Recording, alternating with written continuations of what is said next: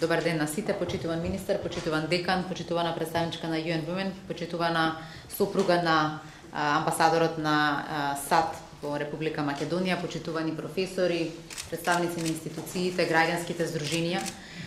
Мислам дека ова е многу добра позиција, од која што, да кажеме, поинтензивно почнуваме да разговараме и да действуваме за унапредување на правата на руралната жена во нашата држава. Мене ми е многу драго што мојот колега министер за земјоделие е посветен на ова прашање и што нема оној природен шовинистички отпор кон прашањето што обично ни се случуваше, што е многу добро, посебно затоа што е млад министер кој што веројатно ќе има долга политичка кариера и каде што навистина ќе можеме да ги реализираме оние зацртани активности кои што ги позиционираме сега на хартија. Посебно академската јавност е важно да целото ова го поддржува со статистики, со податоци кои што многу малку порано се користеа во креирање на политики, едноставно се правеа политики ad hoc како што се чувствува, без при тоа да се знаат ефектите од истите, и затоа сме овде каде што сме. За да може да зборуваме за подобра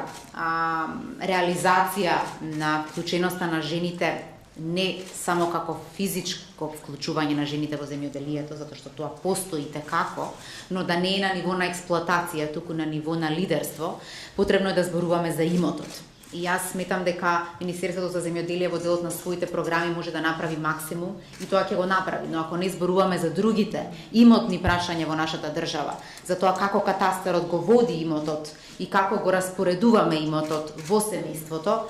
малку ќе постигнеме, тоа сум сигурна, затоа што за да може да водите еден земјоделски бизнис мора да поседувате имот. Јас на пример поседувам моето семејство многу земјоделски имот, но јас поседувам се во урбаната средина, но земјата не ја поседувам. Не знам што ќе се случи после тестаментот, но во овој момент сакам да кажам дека многу жени веројатно го имаат истиот тој проблем, независно што јас не живеам во тој имот, но некои жени и може да живеат и може да водат бизнис, и тоа профитабилен бизнис. Но заради тоа што не можат да го поседуваат имотот, е голем ограничувачки фактор. Јас со Светска банка веќе разговарав дека ние како држава можеби можеме да направиме напори да го измениме ова и да успееме да се води имотот и на машките и на женските деца подеднакво од еден аспект, а друго се она што е стекнато во брак да не се води на еден од сопружниците, туку паралелно да се попише на двете лица кои што склучиле брак и со тоа сите тие имаат право да го користат и да аплицираат за кредити. И мислам дека од тука стартно треба да зборуваме кога разговараме за тоа какви жени лидерки во руралните средини можеме да направиме. Дополнително дека стимулација и финансиска е потребна и олеснување кредитни се потребни. Дополнително што како министерка за социјална политика, вклучително и родовите прашања се во наша надлежност, сметам дека соочувањето со стереотипите и со предрасудите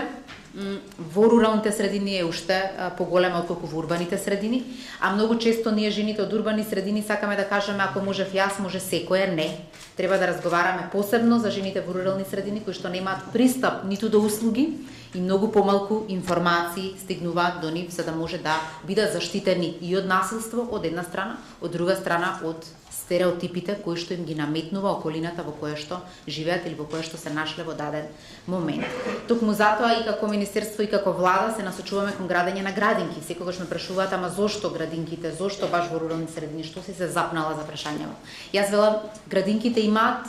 огромен ефект врз животот на многу нивоа, не само на децата, да, тие имаат подобра стартна позиција, еднаква стартна позиција со другите деца во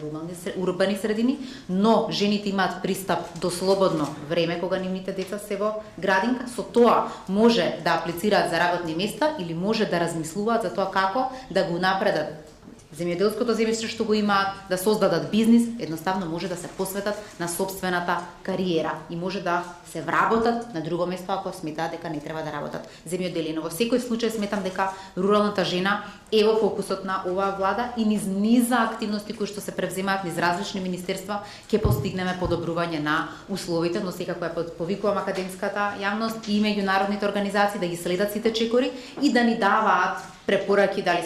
се движиме во добра насока или не. Ви благодарам многу.